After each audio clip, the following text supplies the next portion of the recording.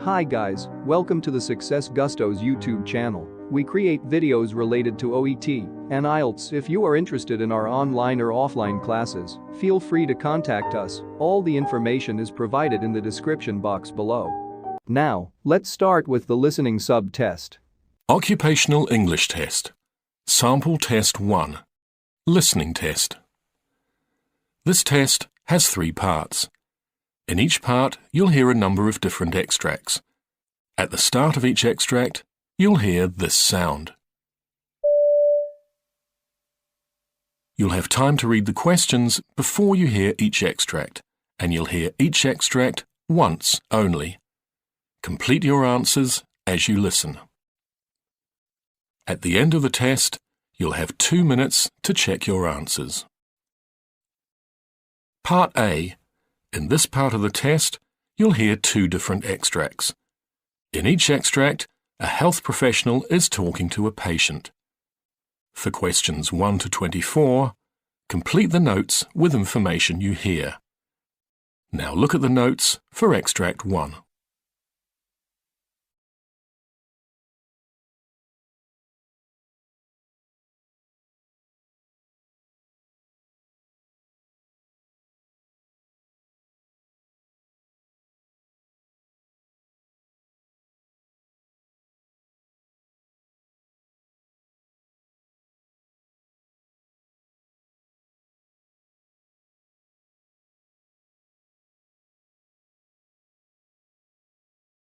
You will hear part of a consultation between a psychologist and a patient called Mr. Barry. Hi there, Mr. Barry. Your GP has referred you to me to discuss your anxiety. So tell me, how have you been feeling? Well, I'm still suffering from the anxiety and panic attacks, and the medication that I'm taking, I found that it seems to have some side effects, and it makes me still feel a little on edge. So I found it better to take the medication at night rather than in the morning, and so I can get on with the day kind of thing, but I still feel quite anxious. Okay. Getting used to the medications can be difficult. Going back, when did you start the treatment again? 3 weeks ago now? And that was the citalopram, the one to hopefully control the panic symptoms longer term, and the chlordiazepoxide, which is for the more short-term control. How many of the chlordiazepoxide are you using a day at the moment? Well, the doctor gave me 20 milligrams 3 times a day, but to be honest, I'm trying to cut them out. I only use them if I really, really need them. Good. And do you feel okay with that? Yeah, it's like I don't feel like they suppress me enough, if you get what I mean. I know that my main aim to tackle this is, to be honest, is getting fit and more exercise, because I know that's the feeling that I need to aim towards. Because I know from past experience that when I work out, I feel better, I feel more relaxed, etc. So I'm trying to work towards that. So how many actually are you having at the moment? Today, I've had to go into work just for a conference with my manager, just to discuss how things are going and stuff. So I had to take 2 because I just felt like I couldn't manage it otherwise. Right, okay. So over the past 4 or 5 days? None except for the 2 today. So you've actually been laying off them altogether? Yeah, I've been trying, and when I do take them, I only feel suppressed for a very short amount of time. Right. Now, the citalopram medication... Yes, I'm on 20 milligrams once a day, and the side effects, headaches, were quite bad to begin with, and I'm still getting them. But I think that could be more stress-related, because they're not I wouldn't call them painful headaches. I just can feel they're there. I also had a sore ear, so I wondered if I might just have an infection or something too. Okay, we'll come back to that. But you're now taking the citalopram at night. Yeah, I found that if I take it first thing when I get up, I still feel quite edgy, and also the side effects. Yes, okay, right. Now, the reason you started the treatment was because you were getting full-blown panic attacks. Can you tell me a bit more about the attacks? Yeah, well, I couldn't leave the house. My heart races, and I really struggle to breathe, and I just feel an intense fear. It makes me feel sick and dizzy if I go out into the street. You find it very difficult to get out and about. Are you beginning to normalize, do you think? Yes, I've managed. I went over to the soup store on my own and I managed. I felt a bit jittery at first, but I've learned over the years after suffering quite severely with them years ago that you just have to take your mind to a different place, and I just concentrated on what I wanted from the shop. That was the first time I've been out on my own since I started on the medication. Extract 2 questions 13 to 24. You will hear part of a consultation between a GP and a patient called Mr. Martin. For questions 13 to 24, complete the notes with word or a short phrase.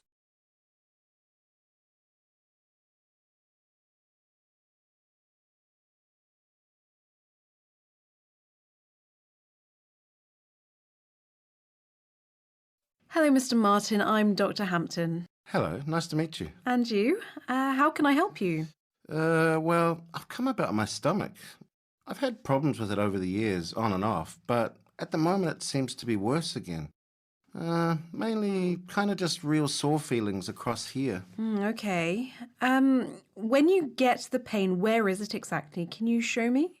Yes, it's here. It's sort of across the upper part of the tummy and down here to the middle of the tummy. Uh-huh. And how would you describe the pain? Could you put words to it? It's more sore. I can't say it's a real pain. It's more a sore feeling and like irritation, maybe? Right. Does it move around or is it always in the same place? Yeah, I mean, sometimes. It always seems to start here in the middle, kind of.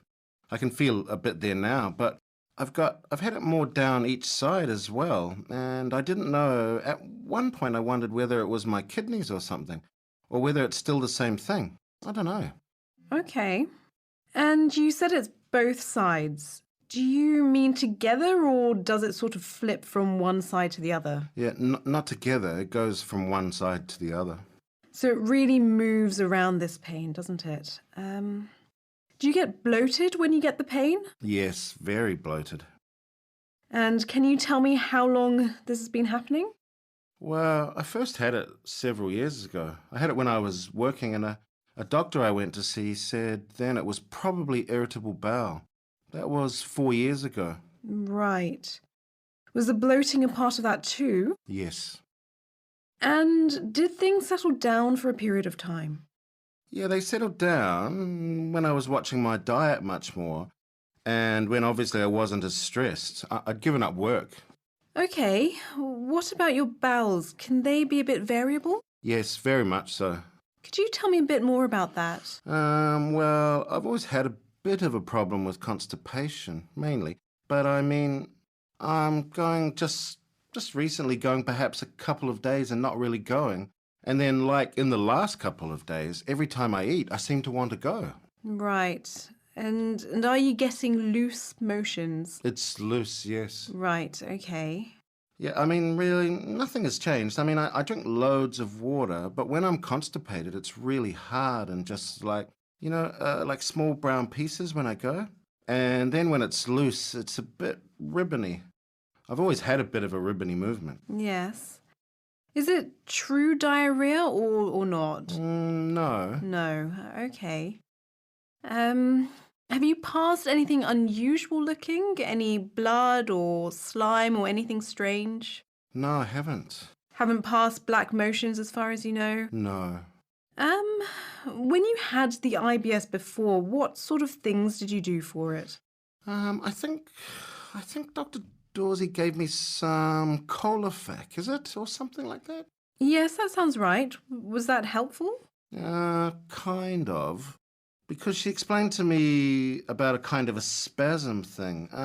But I just kind of watched what I ate again. I mean, it's probably worse if I don't go to the toilet. And so, I try to eat things and, to make sure I do go without taking anything, without any laxatives of any description. And then I know it's probably really old-fashioned, but I take peppermint oil. The capsules? And I think they're actually really helpful.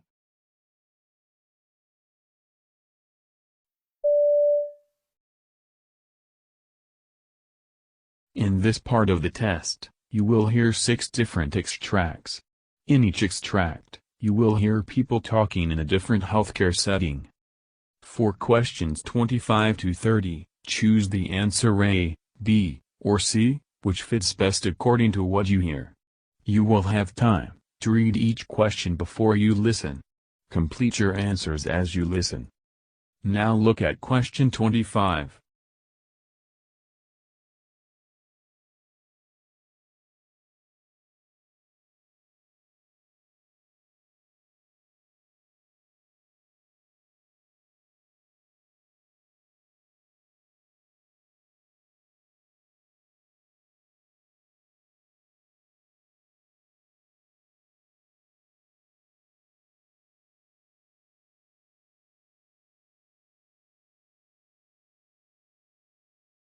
You hear a doctor and a trainee discussing the application of a plaster cast. So let's discuss the short arm cast that you're going to apply. What are the steps? Well, first, I need to examine the area and check the x-rays to see if surgery is needed. For the cast, first I'll apply a stockinette with a hole for the thumb, and then I'll wrap the arm in a web drill for padding. After that, I need to immerse the roll of plaster in water. Right. And what should you point out about the plaster? I need to warn the patient that it may feel hot as it starts to set. How long does it take to dry? The cast may feel dry to the touch in a few minutes, but it isn't fully dry for 72 hours. What's the last step? After I've applied the cast, I need to take another x-ray to confirm that the fracture has been reduced. You hear a manager explaining new data management processes to clinical staff. Yes, in the back. You had a question? Yes. How should we file our feedback reports? Do we need to just complete them on the computer? That's a great question. Remember that since the clinic has begun transitioning to the new computers and software systems, we need you to fill out the paper reports in addition to the digital versions. I know this may be time-consuming, but this is because as we transfer all our files from the old servers to the new ones, some files may be misplaced, and we want to ensure that all of our records are easily accessible at all times. So we need to make 2 copies of our reports? Yes, exactly. Great. Does anyone else have a question? You hear a presentation about the introduction of a new type of wound dressing. Thank you all for coming. Well, after some research, the hospital has decided to invest in a new type of dressing to care for our patients with chronic wounds, such as those with diabetic ulcers. Although the traditional cloth compression bandages are useful, they need to be changed frequently to promote healing. These new bandages are made of a natural plant-based material instead. In fact, they're made from seaweed. Alginate dressings are somewhat costly, but they can prevent harmful strains of bacteria from entering the wound by forming a protective barrier with the skin. Most impressive of all, they can absorb up to 20 times their own weight, so they're the best choice for wounds with high-level exudate. Based on these factors, we believe that alginate dressing would be a useful addition to our wound care procedures. You hear 2 hospital managers discussing completion rates for an online course. It looks like only around 40% of the staff have completed the online health and safety course so far. Less than half, but the course has to be completed by all staff members by the end of the month. Can we send them a reminder email? We've reminded them by email twice already. I've even phoned a few people. I think we need to bring it up at the general staff meeting next week. That's on Thursday afternoon, right? Will that work with everyone's schedules? It should. All staff members have that time already blocked out. But if anyone can't come, then we can speak to them in person one-on-one. You hear an educator describing methods for creating medical abbreviations to nursing trainees.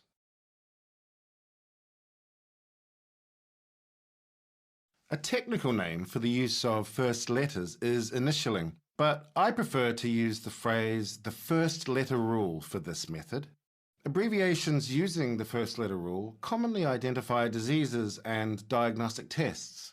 For example, chronic obstructive pulmonary disease is COPD, or liver function tests are LFTs. In most cases, these letters are pronounced separately as letters, but sometimes key letters or key syllables form the abbreviation. For example, hypertension is abbreviated using HTN, or we see the term atrial fibrillation abbreviated as either AF or AFib. Sometimes the first letters form an easily pronounceable word, an acronym. For example, acquired immune deficiency syndrome becomes AIDS, or severe acute respiratory syndrome becomes SARS. Understanding these principles will help you to more quickly learn the many abbreviations used in local clinical settings. You hear two colleagues discussing an online training course. Hi, Fiona. How are you? Can I ask you something? Sure, Mug. What's up? Have you done that online training for a new record management process? Yeah, I did it on the weekend. It was supposed to take 10 minutes, but it took me ages. Did you have any trouble with it? I mean, any technical problems? Not really. I couldn't log in for a bit, but that was just me getting my password wrong. After that, it worked fine. Why? I keep getting this email that says I haven't finished all the activities, and then when I log in, it says I've completed everything. It's driving me crazy. Did you ring the IT help guys? Yeah, they reset it, but it didn't do anything. I really don't want to do it again. No, you shouldn't have to. Maybe just send the register an email and let her know that you've done it. Maybe she can fix the issue.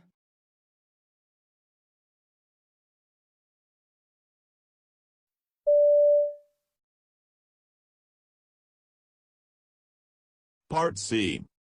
In this part of the test, you'll hear two different extracts. In each extract, you'll hear health professionals talking about aspects of their work. For questions 31 to 42, choose the answer A, B, or C, which fits best, according to what you hear. Complete your answers as you listen. Now look at extract 1.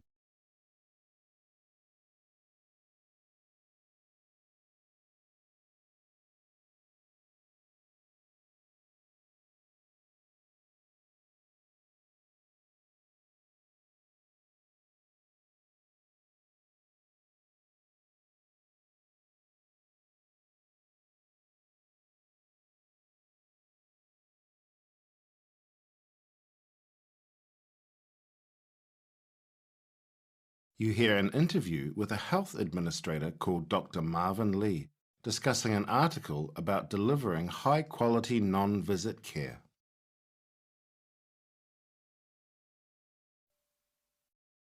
Patients are increasingly seeking to have their healthcare needs met without coming into an office, and there's a strong possibility that non-visit care will become the rule rather than the exception. I'm Jan Dean, and my guest today is Dr. Marvin Lee, co-author of a recent perspective article about strategies for delivering high-quality non-visit care. So, Dr. Lee, what do you think that the transition to non-visit care systems will look like? Well, I actually think you'll see a variety of responses. Existing medical institutions will pilot and are piloting these programs and gradually scaling them up. And at the same time, of course, new organisations are entering the market and changing practices, changing how things are done. So I think it'll be a mix of both of these. And really, my sense of this is that it first has to start with culture, developing a culture for non-face-to-face medical care. Oh, I see. Could you say just a bit more about what you mean by culture here? So what I mean is, if you create a culture in an existing medical organisation where an in-person visit is viewed as what you do after you have tried in a very safe and highly effective way to meet a patient's need remotely, I think this will change the game for how generally your organisation will think about the practice of medicine. I do think that we'll see some existing organisations differentiate and make that leap over, yet some new organisations will perhaps be at the advantage of being able to start from scratch. So I think we'll see a blend of these two responses. I see. So, you say in the article that the goal of a non-visit based healthcare system would be to bring as much of the care and social support as possible into the patient's home. Does the technology exist to do that today? I think in many instances, yes, and the technology is really getting better. I think it's important to reflect on how things like smartphones, particularly in the last decade or so, have influenced our expectations. There's been a massive shift in how people in everyday life think about this and about how they expect to engage with services. So we really have to find a way to map onto that consumer demand. And I think for a lot of the basic medical needs that people have, the tech is there already. So, what kinds of things do you mean? Well, if you look at clinical protocols for primary care, these are designed to help physicians and clients make decisions about appropriate healthcare for specific circumstances. I think you can quite likely do a lot of that very safely digitally before you even consider meeting face-to-face. But what about the times when a patient really has to be there in person? Well, of course, there are still those moments, but I think it's more about when that necessity arises. Is it earlier in the process of care or later? And what impact does it have on the patient involved? I think there are smart ways, when you do need in-person visits and interactions, to structure those so they have the least burden on the patient as possible. Could you give an example of what you mean? Well, one example we mentioned in the article is a scenario when a person has to provide a blood specimen or urine. They currently do need to be in person, but instead of building up an incredibly expensive office and lab infrastructure around a city, you could build up a very small collection of sensors that would be cheap to operate. The patient could simply drop the specimen at the collection point nearest them, for it to be forwarded to a lab, minimal fuss, and wait for the data you need. So you can accommodate these face-to-face moments efficiently. Finally, how can organizations go about trying to transition towards models that deliver high-quality, non-visit medical care? In time, as the technology and science gets better, gets more precise, organizations should just look at these situations that require in-person attendance by the patient and evaluate them, and evaluate that requirement against the currently available technology to see if it's something that could be safely transitioned to an online remote system. I think it's important to really critically evaluate every moment that someone has come in. And I think that if you do that, you'll start to see clear opportunities to reconfigure your care pathways quite dramatically. Extract 2. Questions 37 to 42. You hear an interview with a public health researcher called Dr. Pauline Davidson discussing research on a secret safe injection facility in the United States.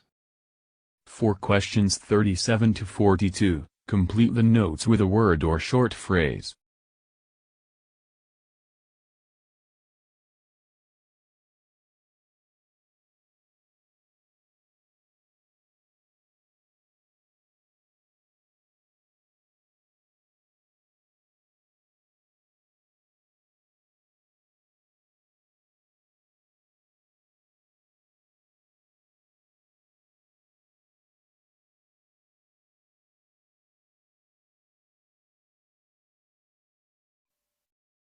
Okay, my guest today is Pauline Davidson of the University of California.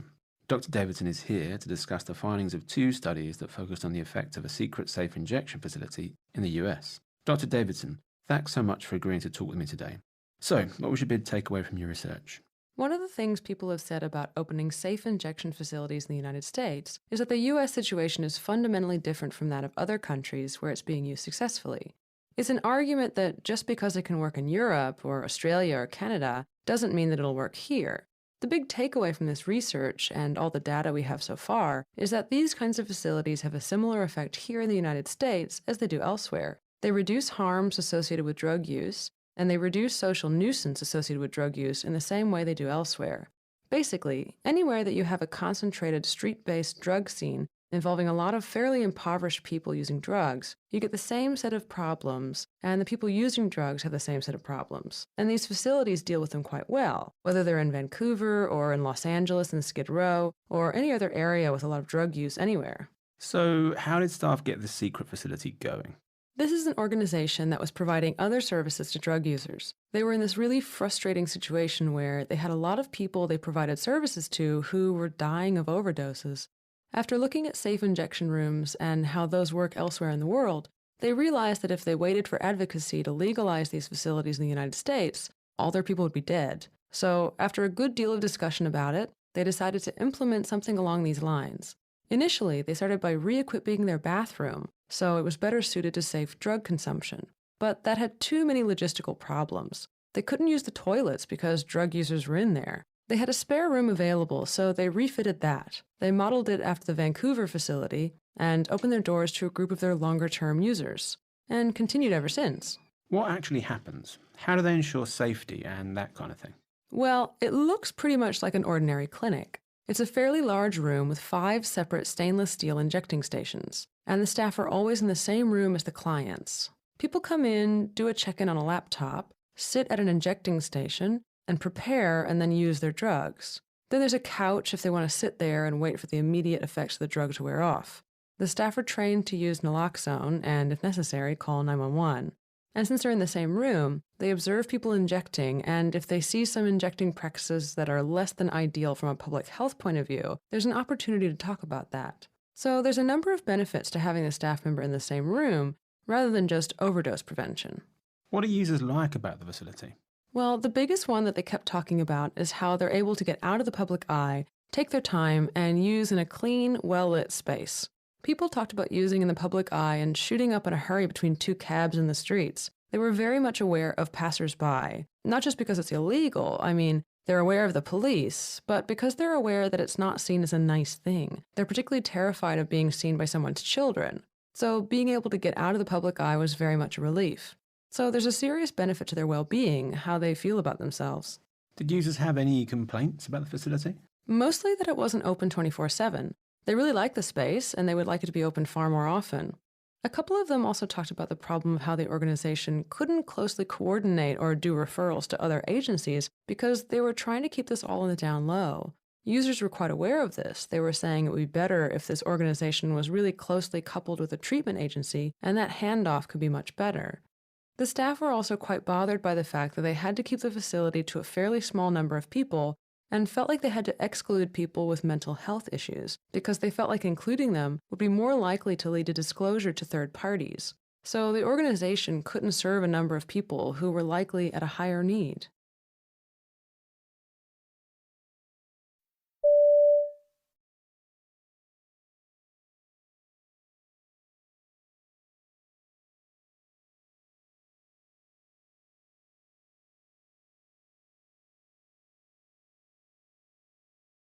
That is the end of the listening subtest. Thank you for watching the video. Please like, share,